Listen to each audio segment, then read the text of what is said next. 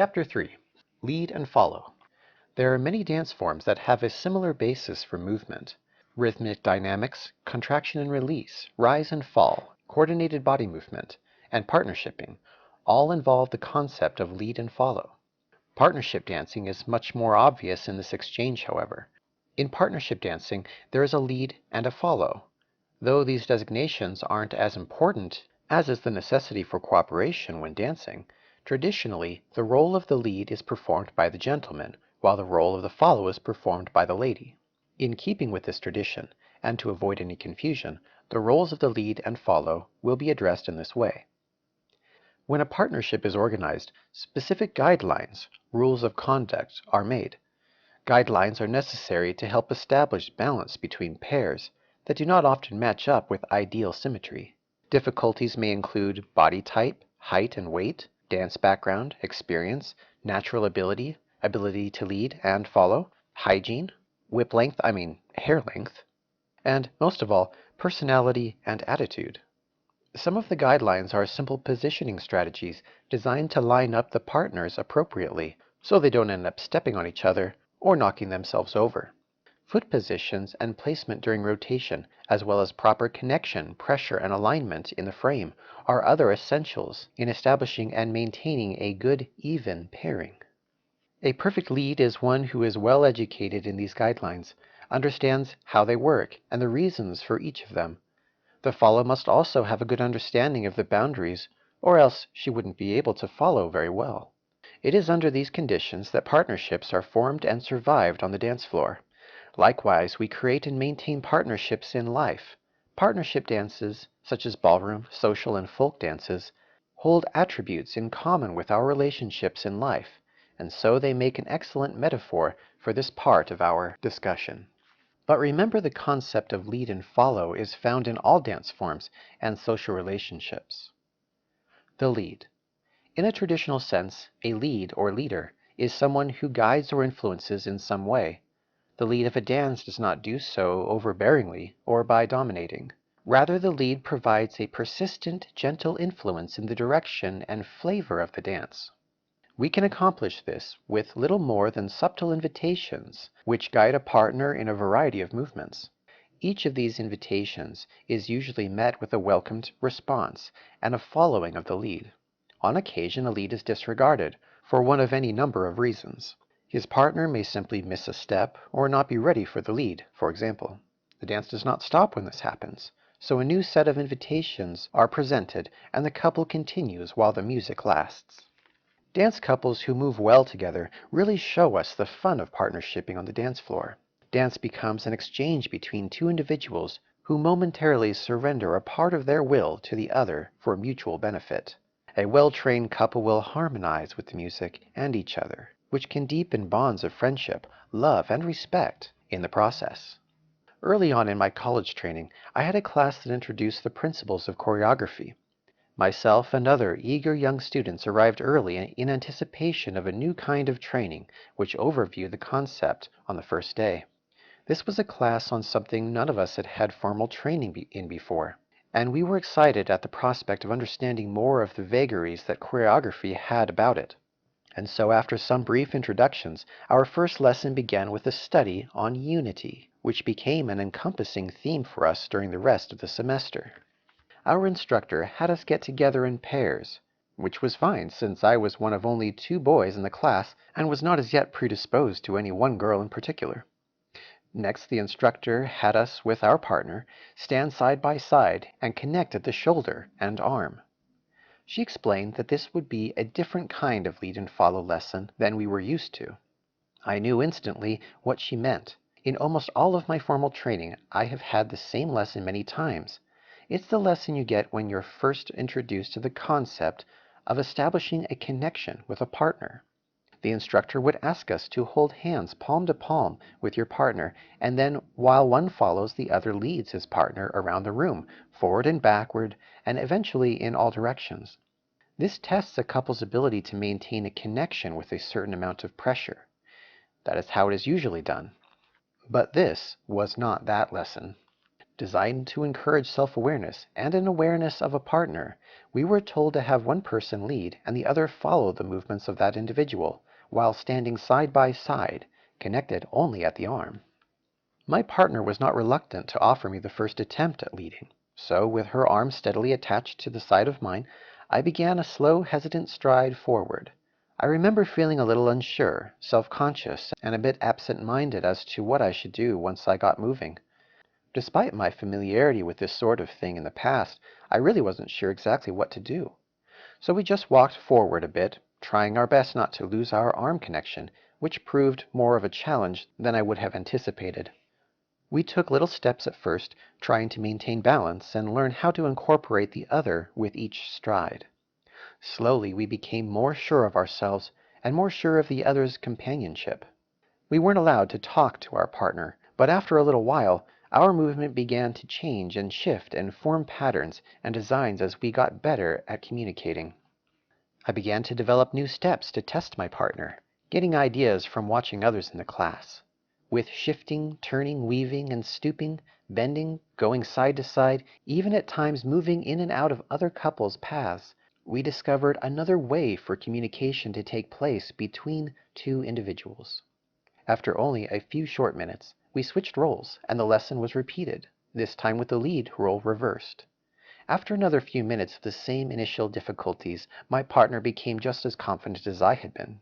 We were soon moving comfortably and confidently with each other. For the last exercise, everything remained the same, except no distinction was to be made as to who was leading and who was following.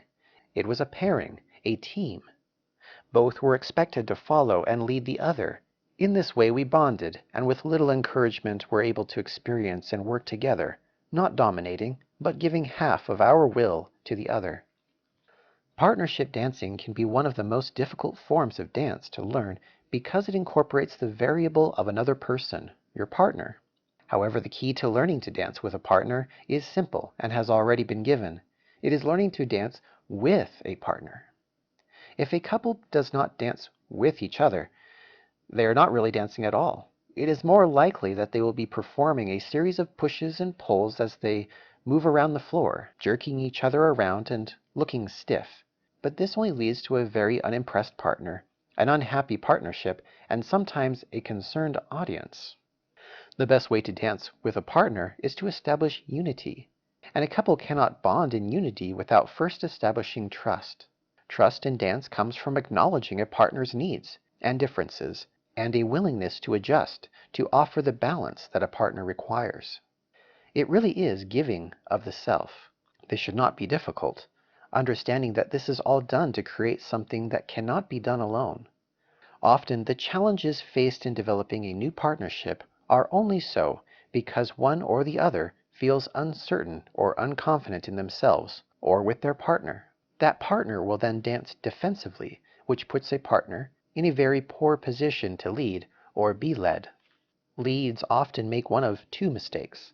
Either they give too much credence to the title lead, or have a lack of understanding about what the title entails, including misconceptions about their role. For some, the title of leader seems to suggest that he must have vigilant involvement in the affairs of another. He might try to lead through the entire step, forcing the follow into a turn which torques her arm and puts her off balance. He thinks he must be the one to move his partner. However, there are other leads who seem so intimidated by the responsibility that they hardly lead at all. They become rigid and look uncomfortable. He is mostly limp, and his leads are imperceptible, if present at all. His partner may feel she has to do all the work. Dancing like this on either side is an extreme case, and not the norm, but they show a lack of confidence and a weakness in character. The first has insecurities which make him unable to project himself to others, so he leads forcefully to make sure that he is heard. His character lacks balance, and so in taking a partner, he throws her off balance too. The second has insecurities in how he feels about himself. In taking a partner, he is uncertain what to do, and instead does nothing but the minimum he thinks he can get away with. His character is incomplete. If he does not know who he is supposed to be, he can only project little, if anything at all. Now, these are not to be defined as the definite reasons a lead may be lacking on the dance floor, but they may be part of the reason in some cases.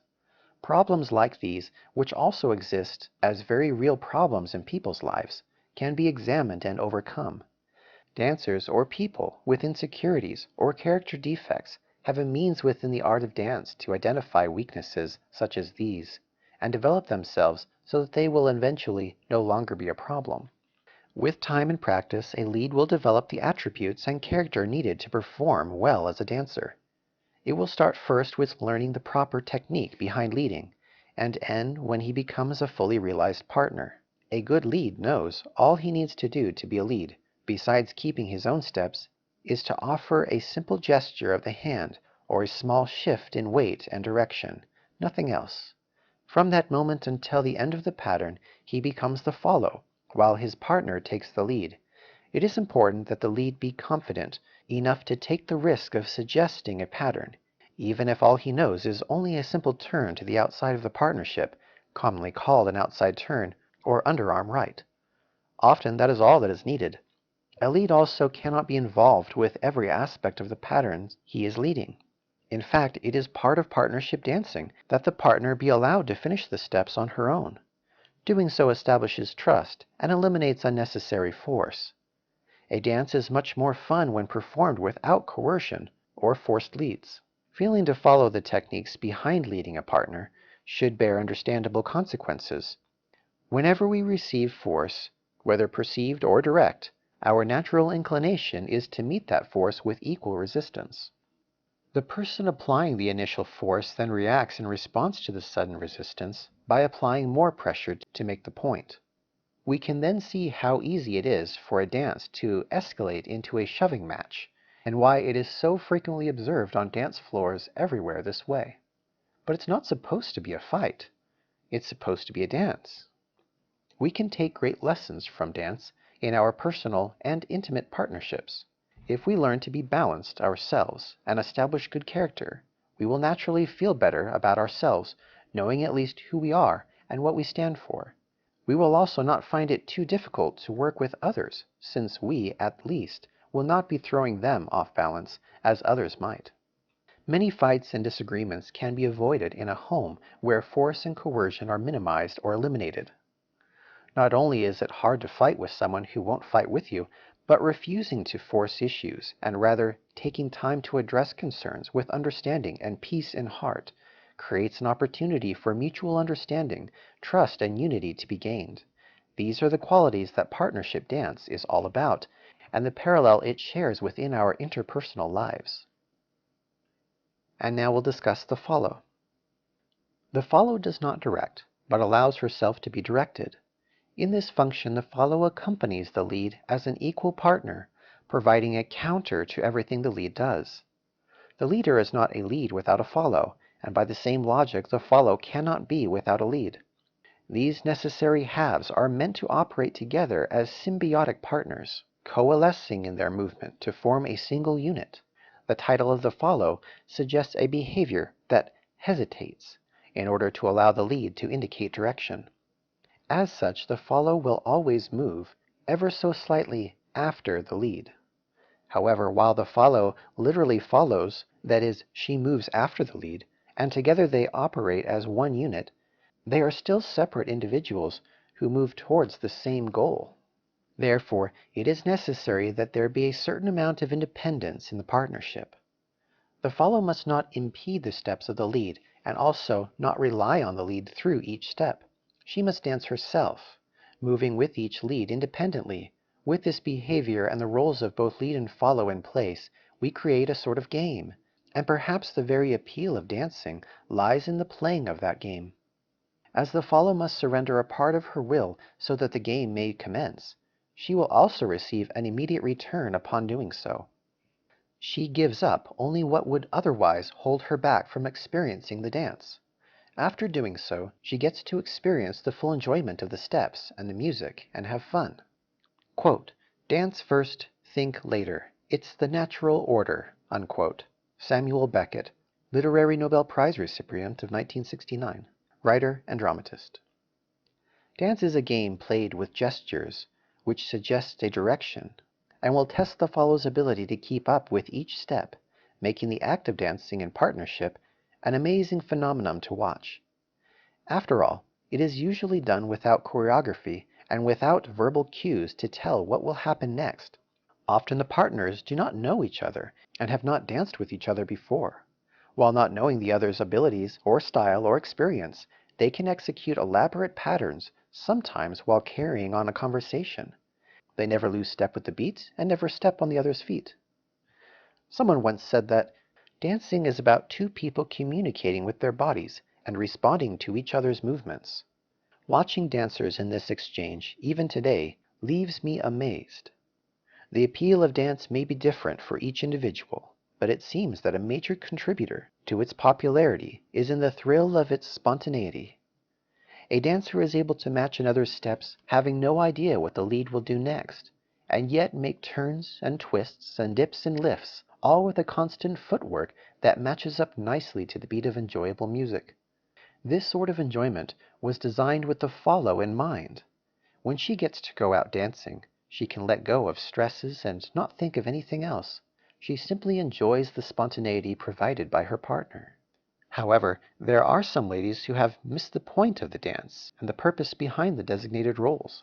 They feel that for some reason they need to take control of the movement and direction of the dance. This reduces the lead's role to that of a figurehead, displacing the role of the follow and removing the whole point of the activity.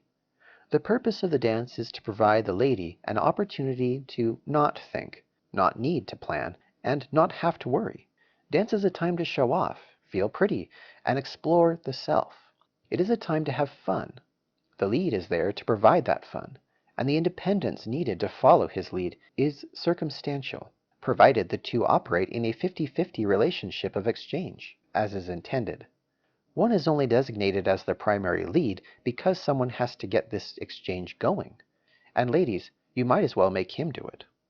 Perhaps the difficulty some follows have in allowing this exchange to take place may stem from not yet having enough experience to feel comfortable surrendering so much control to another. Other times it may be that a lady has had too much experience with leads who have had too little experience to lead correctly. That makes her tendencies a product of habits born out of necessity. Yet there are others with an insatiable need to lead. As a lead, it is hard to dance with a partner like this. Doing this confuses the designated relationships so that both share an uncertainty.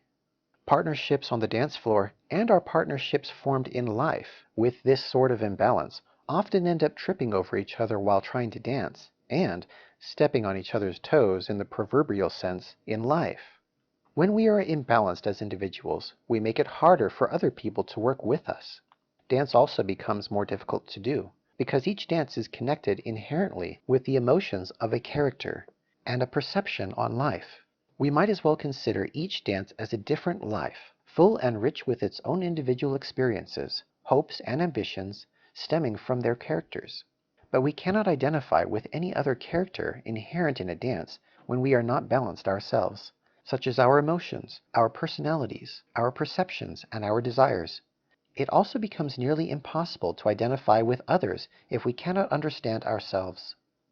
To some degree, balancing the elements of our lives comes from being less attached to our understandings and opinions. Or to put it another way, we must at times be humble, or humble enough to set aside our own expectations. When we allow ourselves less permanence through expectations about how we feel about things in the world, we open up ourselves to receiving greater understanding of the world. This also clears the way to better understand who we are, allowing us to better relate to and understand others at the same time. Without this ability, our dancing does not develop as well. It can be nice to watch, and perhaps even technically beautiful, but I cannot imagine dancing spontaneously with such a person with a great degree of enjoyment. Dance is an exchange, and our exchange in such an instance would be off-balanced. A separation is required, each performing their own agreed-upon roles. We have our roles to play on the dance floor, and we have our roles to play in life, and we must learn to play our part in partnership with those who are with us. In life, we each take on many different roles, not just lead and follow. We assume many different titles, each requiring a different character. As we learn and become better at playing many different characters in dance, We learn how to better identify and distinguish between the different roles we play in life. A dancer at a dance party may perform a waltz, then a tango, and finally the cha-cha, one after another. A very good dancer is able to separate each of these characters independently and execute them individually. This is excellent practice for day-to-day living as we don our many different roles in day-to-day life. The parallels of dance and life partnerships. It is important to have a good dance frame while dancing with a partner. The frame is a balanced connection that allows a couple to move together as a single unit. Similarly, relationships naturally develop a system of balance with rules and boundaries. This allows them to live and function close to each other while avoiding problems. A dancer must recognize the need to adjust and adapt to each new partner. Partners come in all shapes and sizes, and some can be harder to work with than others. But the adjustment of one's frame while dancing, or character in living, makes it a little easier. The connections we make with others and our ability to work well with them in life can be thought of as a dance partnership, though our social boundaries are often more complex. To deal with social complexities, we again can take a note from the dancer, who has rules to make them simpler. That rule is to be a strong and independently well-balanced person yourself, and allow the same of your partner. However, we must not confuse the term strong in this use. To be strong in this sense refers more to character and confidence. It is never a good thing to try and muscle our way with opinions. Just as it is damaging to positions on the dance floor whenever force is used, it is also harmful for relationships. We must know who we are and what we stand for, and allow others the same brevity to express themselves independently. Doing so helps to affirm the trust that we want to share with our partner. Conversely, control and domination will impede their growth and create disunity and a lack of balance. Quote, "Dance teaches you social etiquette, physical coordination, and it's also great exercise." Unknown. I once had a dance lesson which focused on this concept of balance with a newly married couple. Bobby and Ashley had been married a total of 3 months and were still settling in comfortably with one another. I told them that this lesson would be as important to their happiness as husband and wife as it would be any time they dance with each other. They were intrigued, and I began the lesson by having them stand apart. I told them that it was important to establish a well-structured frame and recognize how a good frame should feel so that they would be better able to keep their frame and balance while dancing together.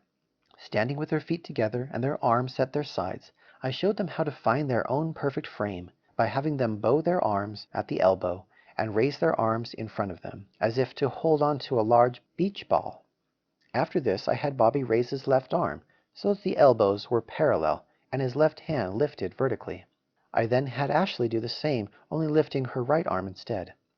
I explained that each of them now had a balanced frame suited to themselves, and that the most important thing for them to do was to maintain this frame by keeping symmetry with their elbows and body.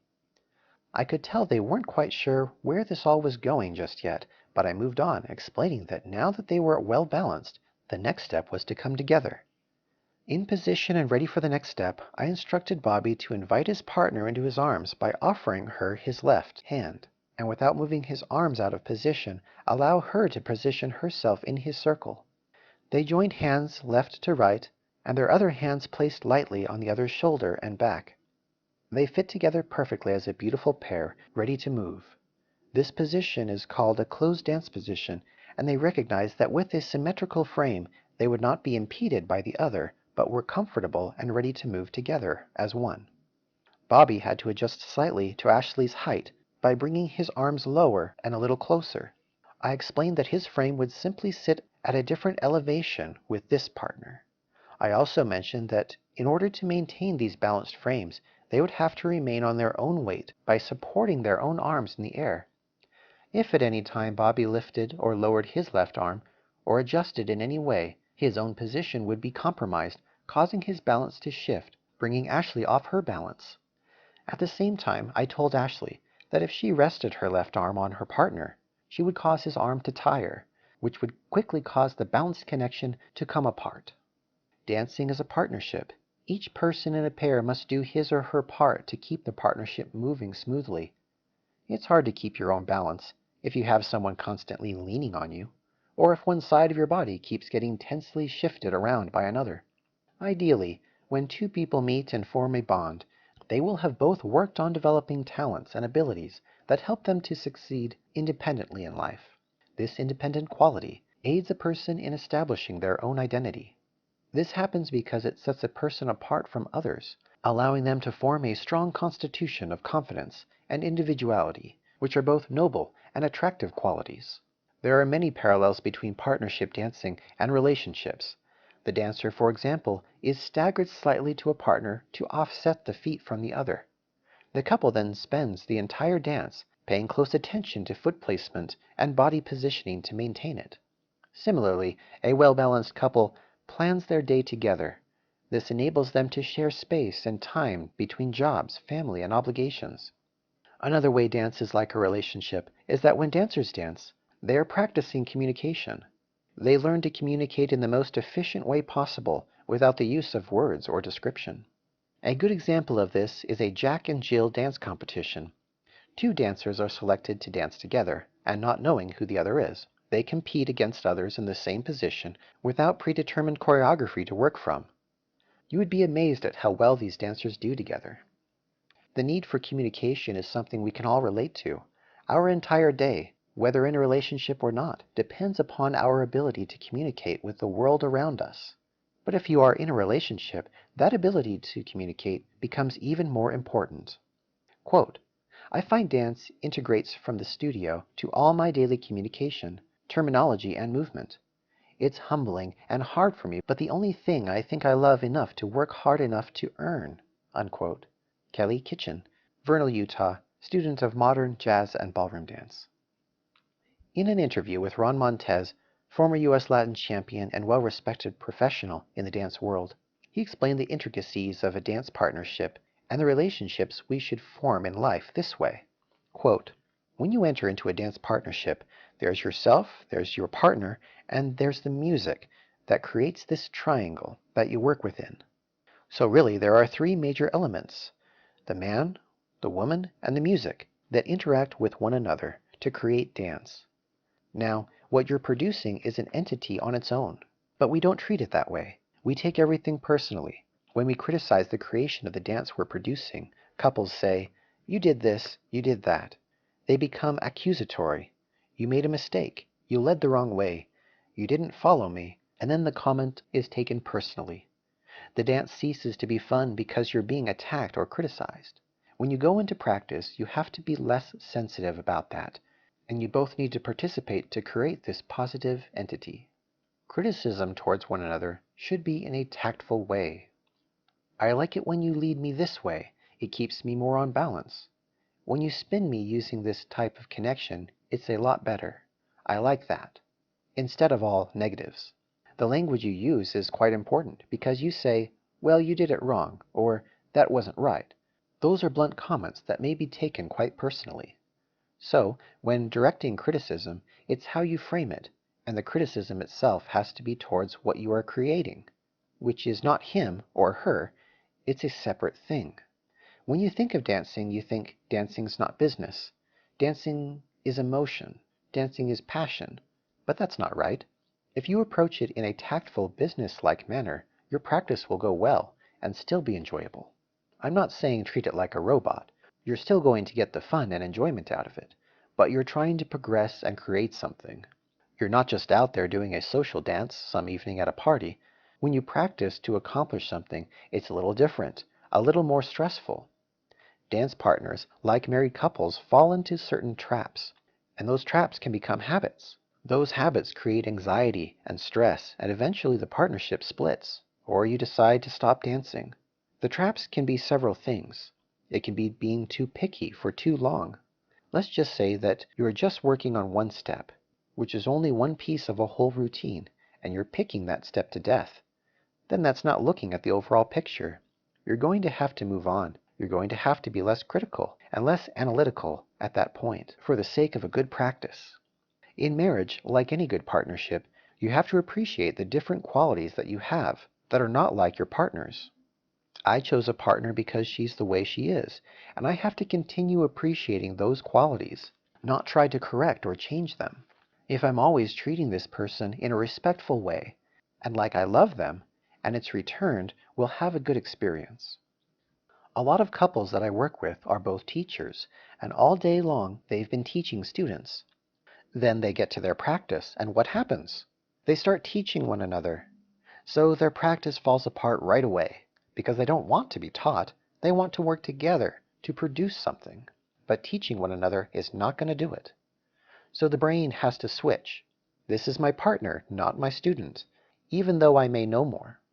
I'm a professional teacher. I've been teaching for over 40 years. But if I get my wife and start teaching her, it's not a good idea. First, we need to dance. We need to form a little rapport. Then, because I'm the professional, I will make suggestions for her, and I'll also compliment her. Ron Montez, interview, July 21st, 2010.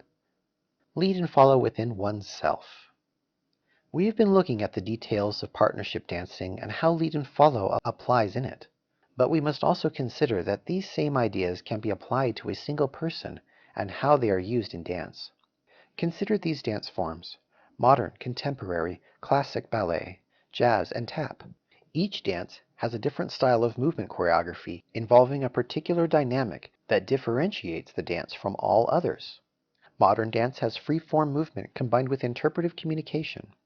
Ballet prefers to use a vocabulary of pantomime, using specific gestures like sign language to communicate parts of a story. Jazz dance is meant to be showy and is commonly used in Broadway theater, while tap dance is an extension of musical percussion performed with the feet.